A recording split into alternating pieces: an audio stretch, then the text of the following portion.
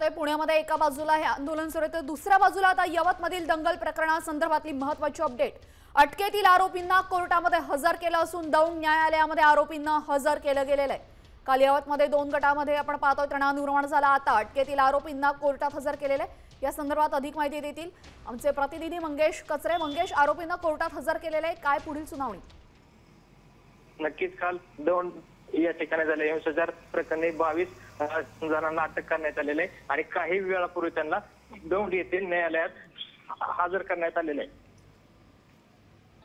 जी धन्यवाद मंगेश, आपण दिलेल्या सविस्तर माहितीबद्दल। तर आपण पाहतो यवत दंगल प्रकरणी आता आरोपींना कोर्टात हजर केलेलं आहे।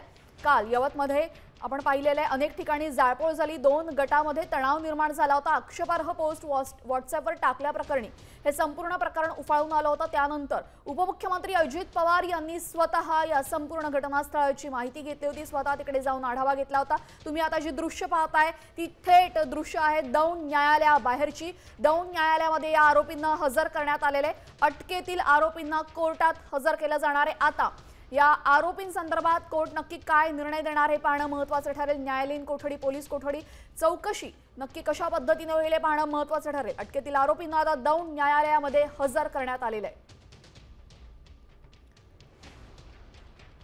आपण पाहतोय काल यवतमध्ये मोठा आगडोम उसळलेला होता।